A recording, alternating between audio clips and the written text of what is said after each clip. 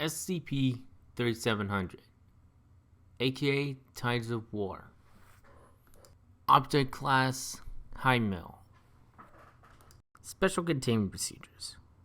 Foundation Naval Task Force Delta 7 Northern Storm is currently assigned to patrol in an area 800 kilometers in diameter, encompassing the Orkney Sheetland and 40 archipelago in the North Sea. 2 refurbished battleships purchased from the U.S. military have been assigned to this task force. 13 destroyers, there's 5 cruisers, and 15 small support craft are to accompany these vessels. Delta 7 has been instructed to patrol in a spiral pattern. There's moving outwards from a central predetermined location known as the origin. This pattern is to be maintained until Delta 7 encounters SCP-3700-1 or reaches the edge of the designated 800 kilometer zone, wherein they will return to the origin and begin the process again. Information regarding SCP-3700's actual death is to be retracted from all public texts and scientific publications.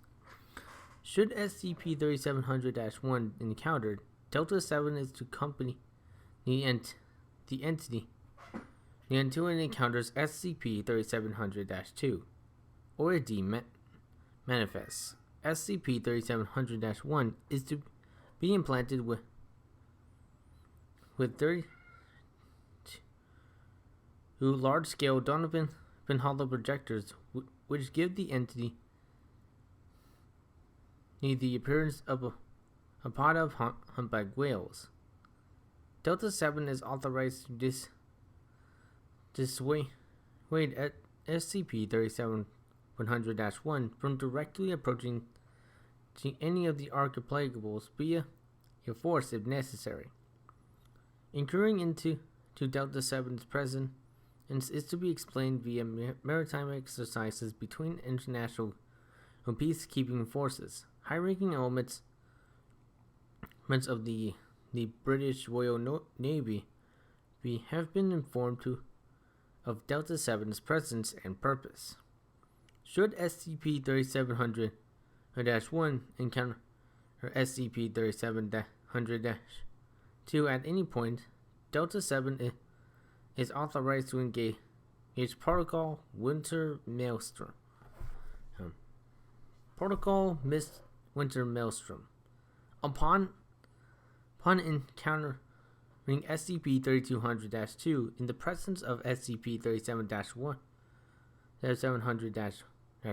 Delta 7 is to take the following actions.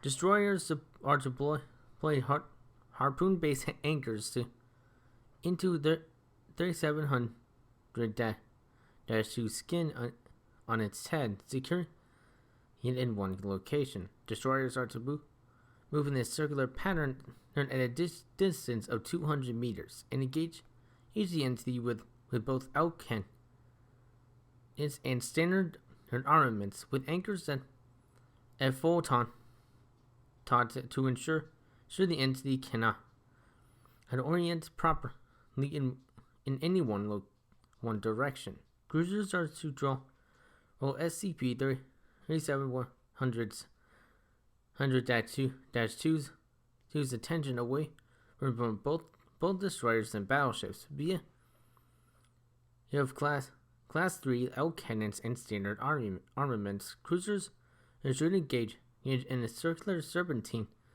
pattern at 300 meters. Battleships are to employ class 4 L cannons in systematic continuous barrages at 180 degrees on either side of the entity, 400 meters away. Both vessels Hosts should coordinate as to launch each barrage at the same time as their counterparts.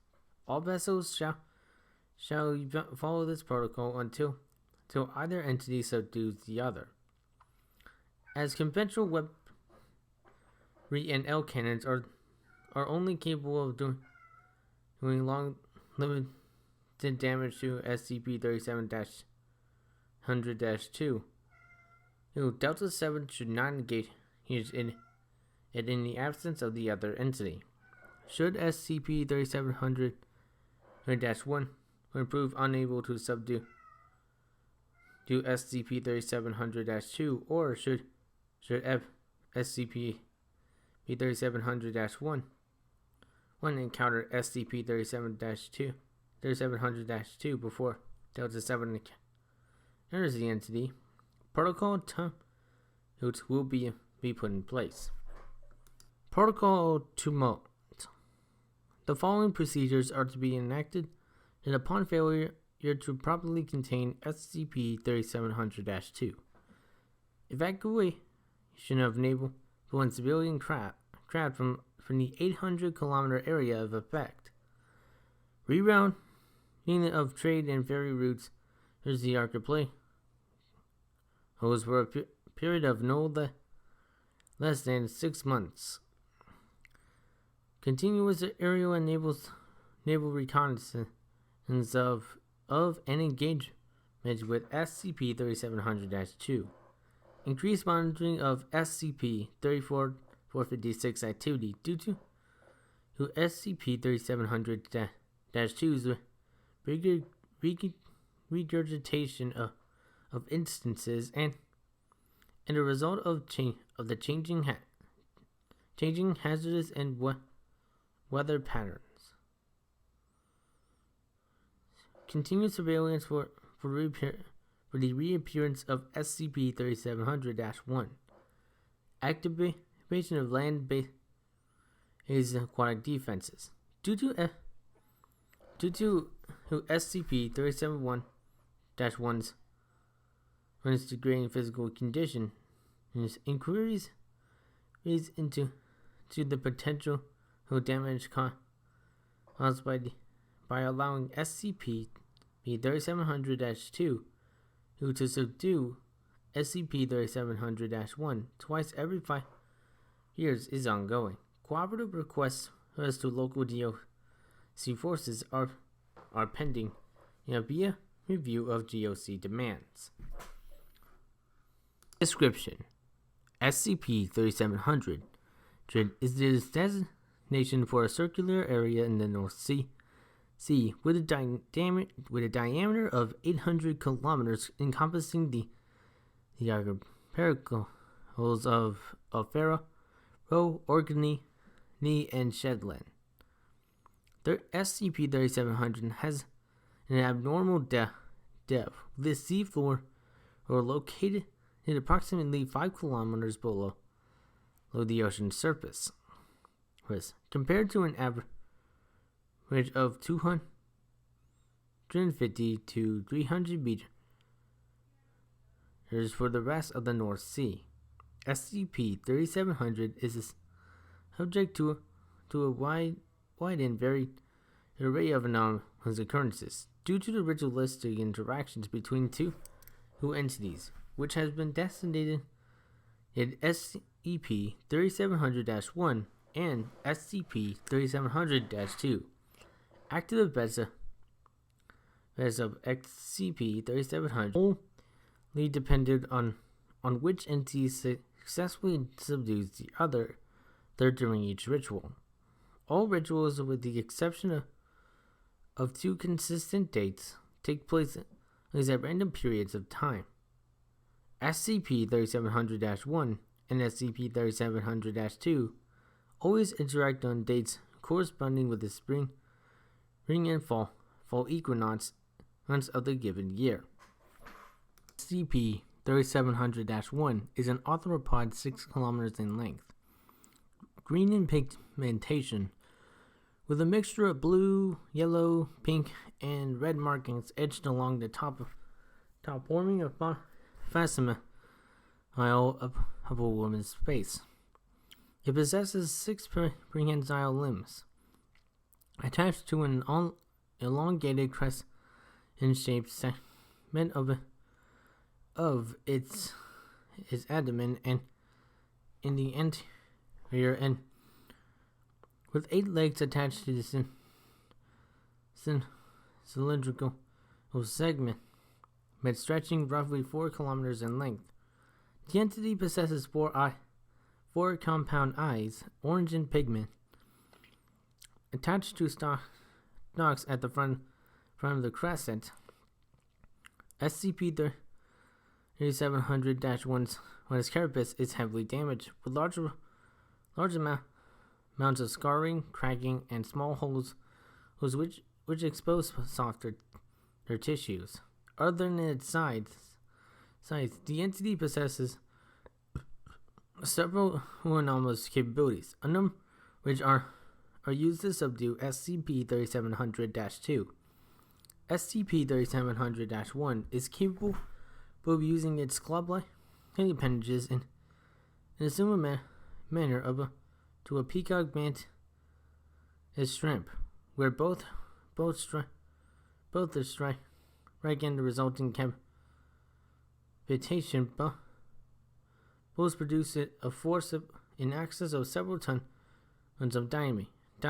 Two of SCP-3700-1's eyes are capable of projecting concentrated blasts of gamma radiation.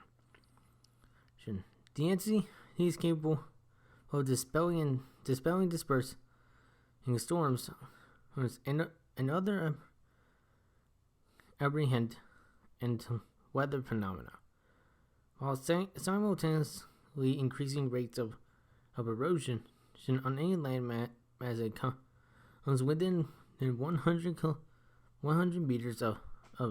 Despite its size, SCP-3700-1 is capable of reaching speeds in excess of 100 kilometers per hour, and has demonstrated an ability to manifest as entirely if it is unable to locate SCP-3700-2 within a certain time frame. SCP-3700-1 is benign in nature and displays rudimentary signs of sapience.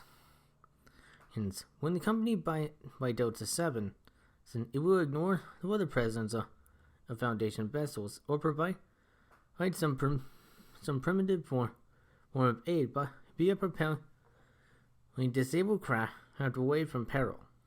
The entity travels the length of the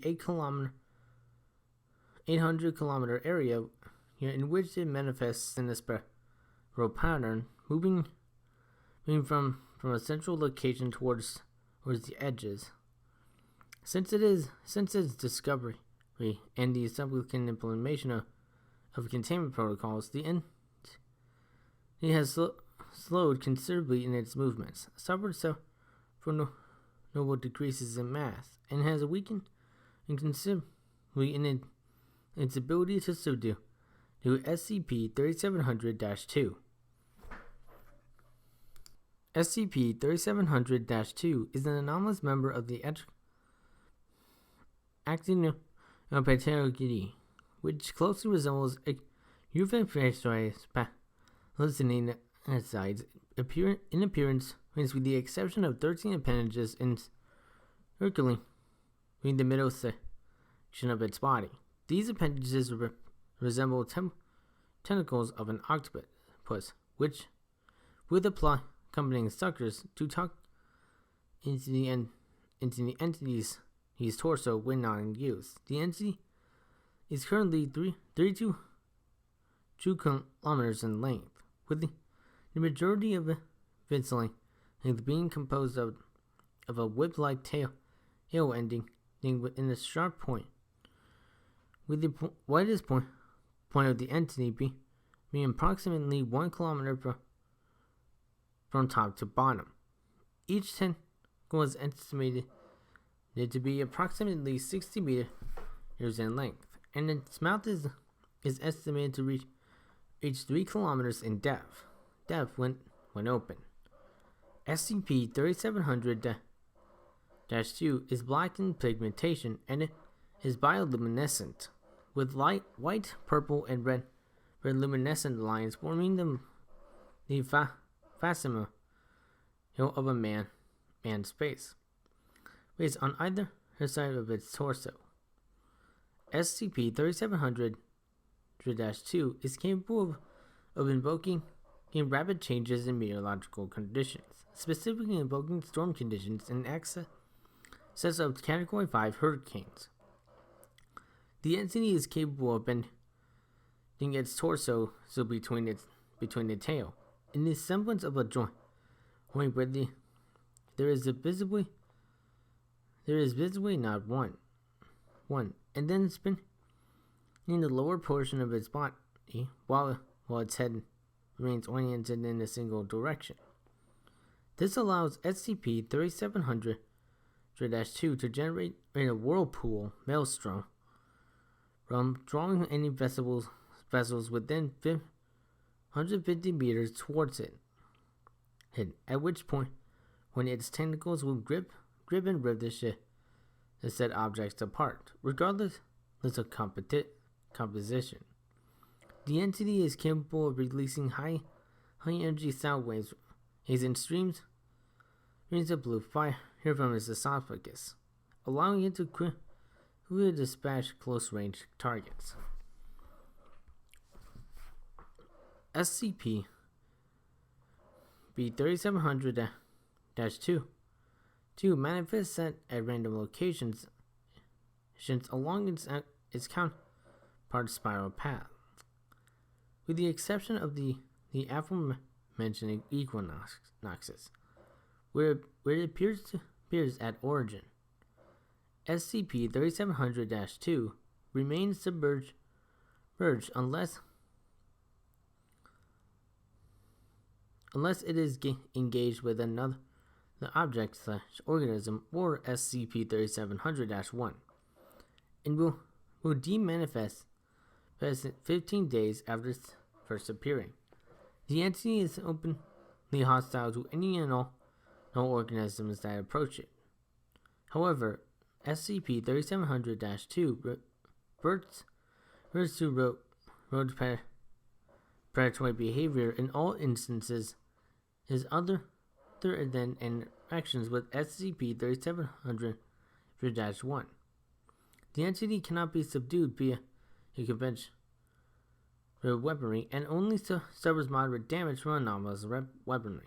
Thus only SCP-3700-1 is capable of fully subduing it. Several of SCP-3700-2's whose more notable anomalous properties including its ability to regurgitate SCP-3456 instances will have emerged in the last decade as its counterpart has grown weaker. Interactions between SCP-3700-1 and 2 consist of prolonged struggle, where each entity will attempt to temporarily kill or subdue the other. Interactions on equinox states always occurs at the center of the 800-kilometer zone. Interactions shortly following the given equinox states are usually short and can occur in random locations. With the victor through the previous interaction, quickly dispatching the other entity. Historically, the previously subdued party has defeated its counterpart during the next equinox, prior to implementation of current protocols.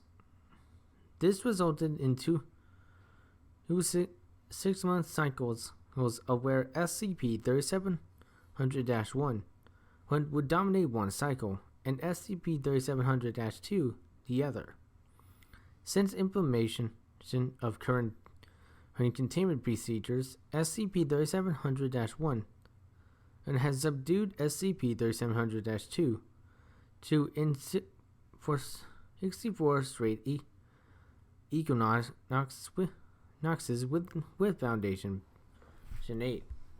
Successful defeat of one entity by the other induces a number of different geological and meteorological changes within the 800-kilometer zone. These are described below.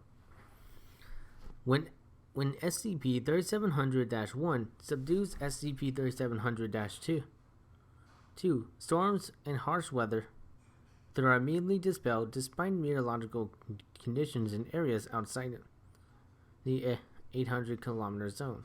Reproductive rates of local oceanic and ice increased by a factor of 3. In crop years, yields double for the duration of the 6-month period.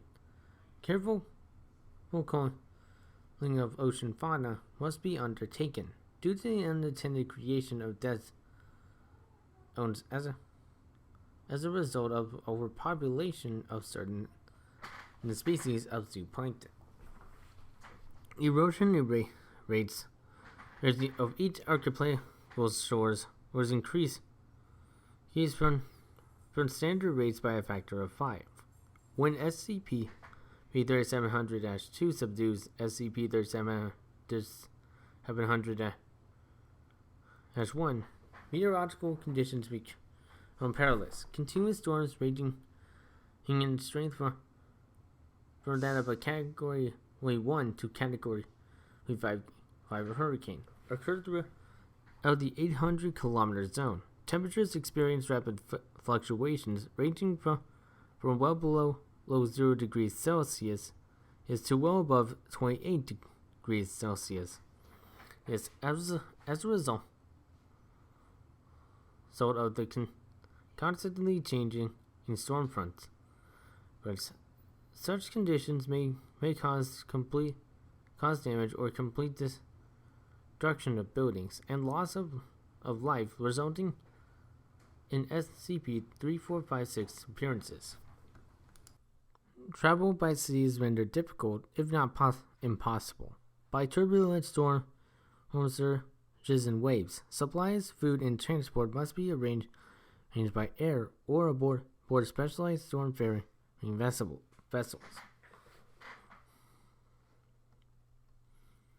Ocean food sources are driven from the area due to the extreme conditions, and livestock often expire here from exposure or disease. Crop yields are greatly reduced due to high winds, oversaturated soil, and lack of sunlight. SCP-3700-2 does not demanifest. It will actively patrol the zone, and it is known to approach the archipelagos explicitly to regurgitate SCP-3456, as well as prey upon any unsuspecting these civilian vessels capable of traversing the harsh conditions it generates. Historical reports indicate that SCP-3700-1 has been regularly encountered by local fishermen since the 1500s. However, based on oral traditions and known folklore of the area, it is likely that SCP-3700-1 was present during the construction of several nearby data expunged, and that its counterpart was one of the many targets of such efforts. Reports of SCP-3700-2 are also consistent in local folklore. However, no recorded sightings of the entity were noted until the mid-20th century. Incident Log I-3700-3 039. The following incident log contains a composite video and audio recording transcript of the interaction between SCP-3700-1 and SCP-3700-2, which occurred on March 20th, 2017. Descriptions and events were constructed using mounted CCTV cameras and audio communication logs between task force vessels. It should be noted that the nature of this incident is novel, and the given containment procedures and description have not been revised to reflect it due to a distinct lack of certainty regarding its consequences is an absence of historical precedent in regards to such an occurrence. Incident log I-3700-039.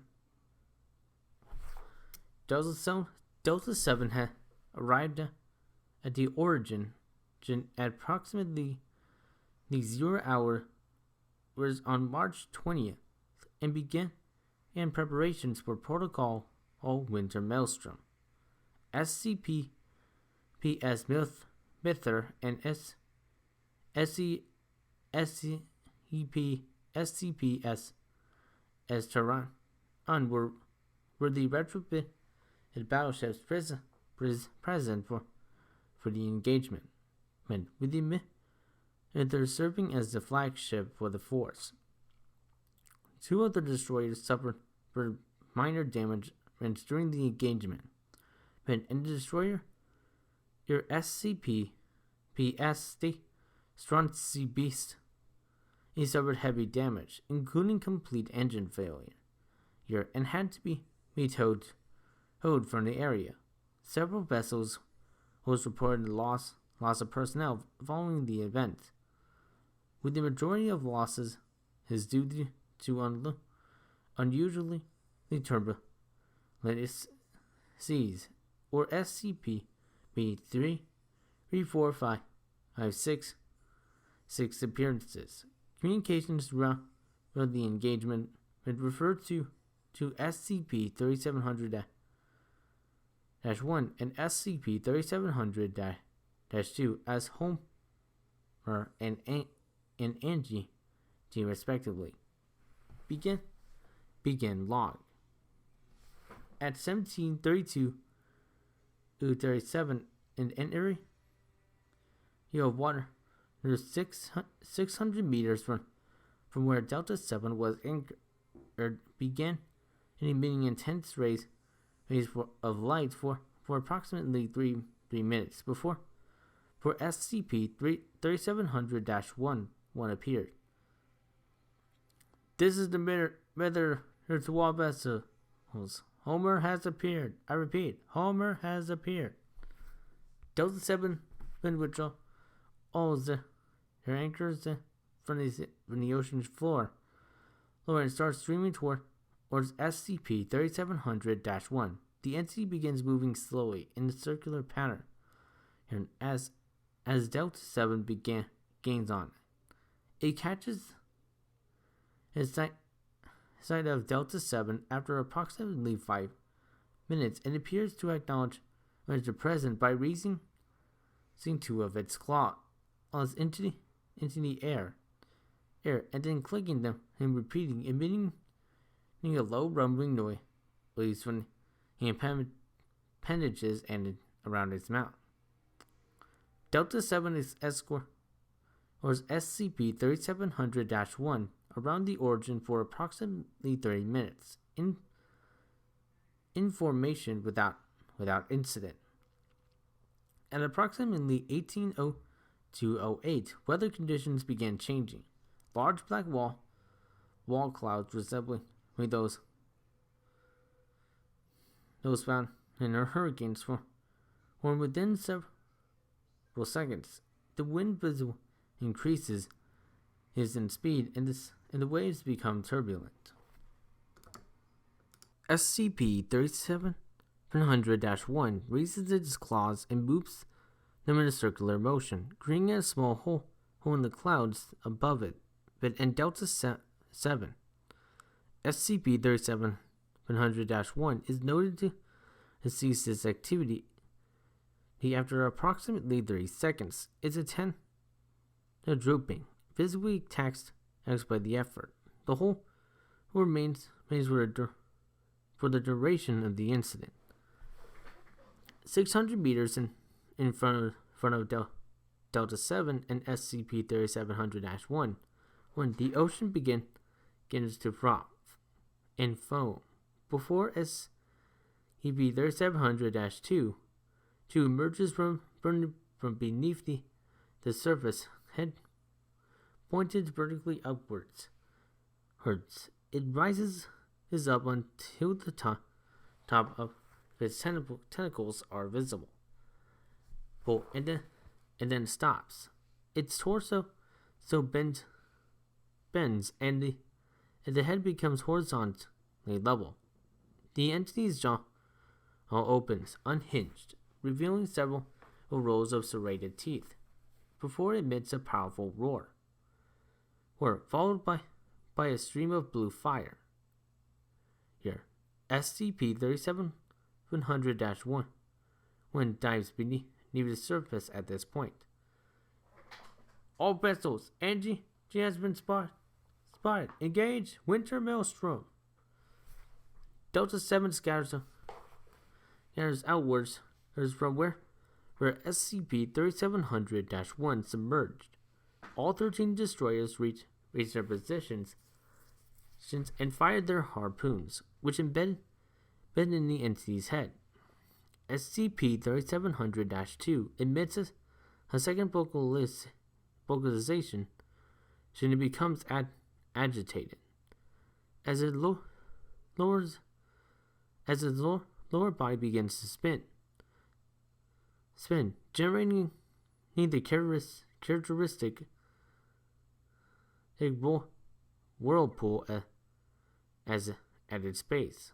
Cruisers reach their positions and open fire with L cannons and conventional weaponry, drawing SCP-3700-2's attention. Destroyers begin moving at top speed, drawing their harpoon lines taut and dragging the entity's head in a continuous 360-degree loop. Battleships reach their designated positions and charge their cannons. Fire barrage on my mark. 3, 2, 1, fire! The first broadside barrage from the battleships collides with SCP-3700-2, causing it to wail.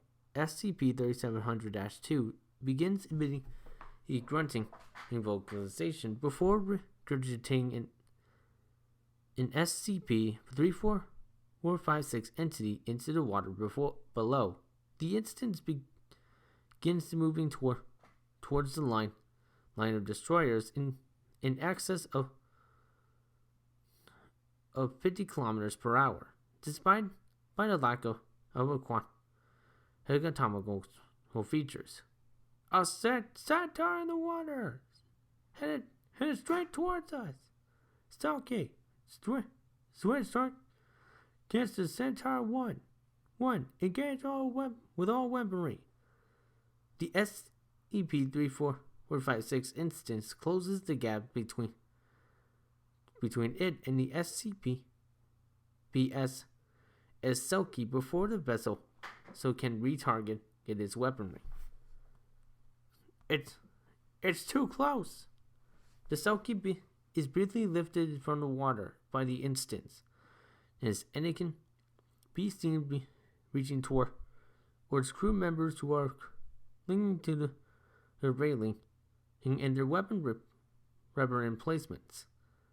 SCP-3700-2 is briefly relieved by this action, allowing it to orient itself and release a stream of blue fire, which impacts the the SCP BS Runsay Beast. An audible crack is heard as the Selkie gives release in the SCP-3456 entity Wales. SCP-3700-1 surfaces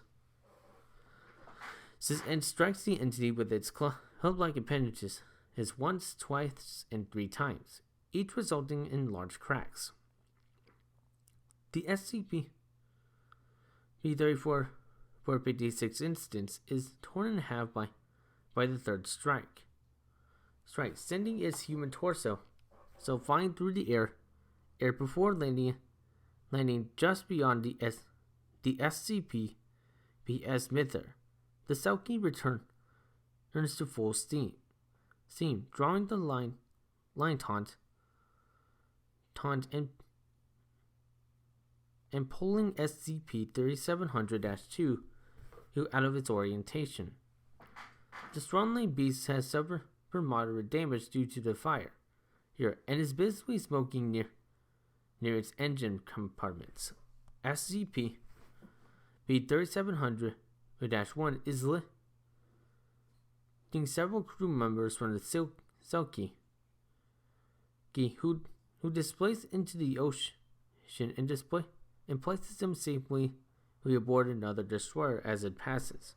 The entity curls its tail down below it, leaving its crescent segment invisible above the water.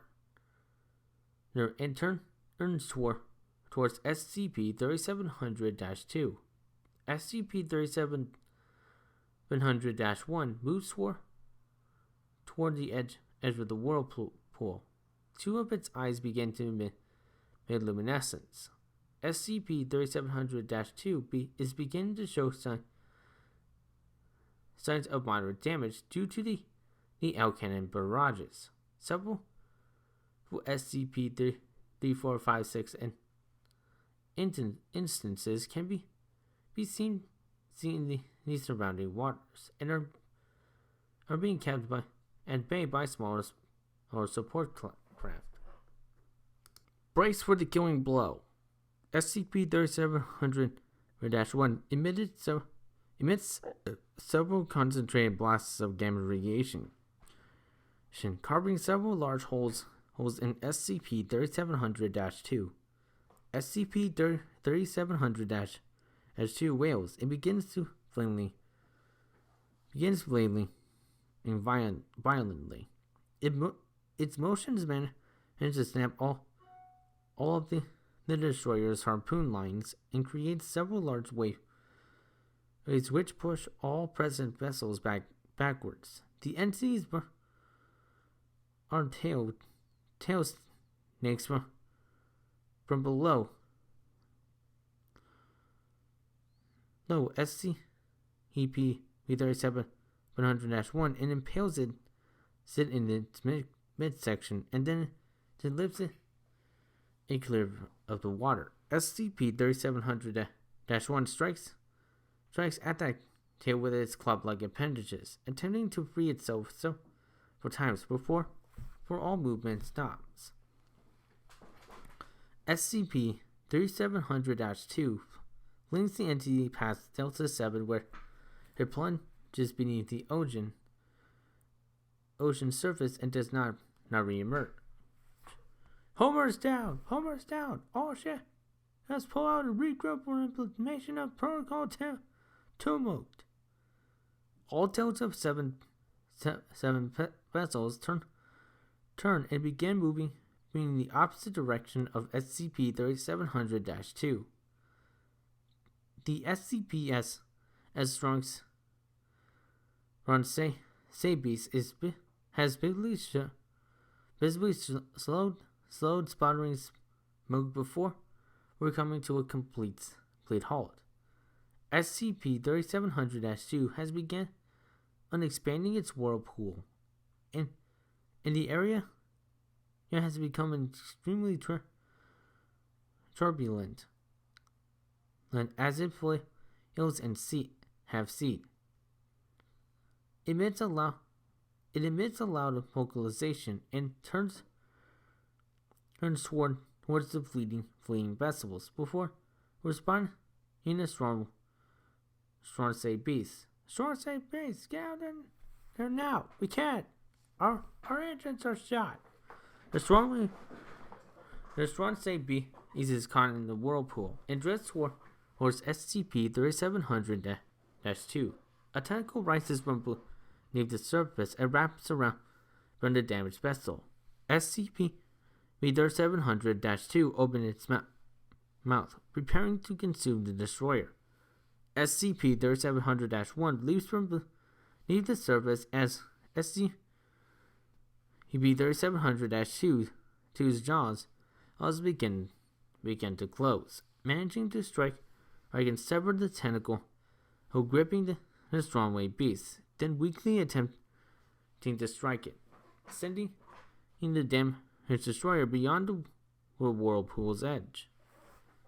SCP-3700-2 emits another vocalization, jaws clamping down on top of SCP-3700-1. Several bright flashes of light are visible, and SCP-3700-2 roars in pain, thrashing its lower half stops spinning, and its tentacles come up from beneath the waves and begin tearing SCP-3700-1's legs from its abdomen. SCP-3700-2 tentacles stop moving, and a rapid succession of muffled cracks can be heard. SCP-3200-2's lower jaw is severed, dropping SCP-3700-1 into the water.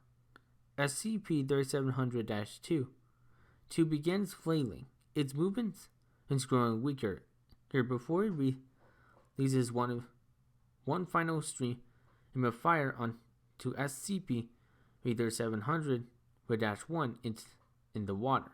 Delta 7 stops steaming in the other direction and patiently waits for signs of a victor. However, after 5 minutes, neither entity is seen moving. Delta 7 makes its way back towards the site of the clash, where they find neither entity moving or alive. Both entities dissolved shortly after Delta 7 reached their position. A single round object was seen by multiple crew members aboard the strong say beast, sinking beneath the surface where SCP-3700-1 had been. At this time, it was noted that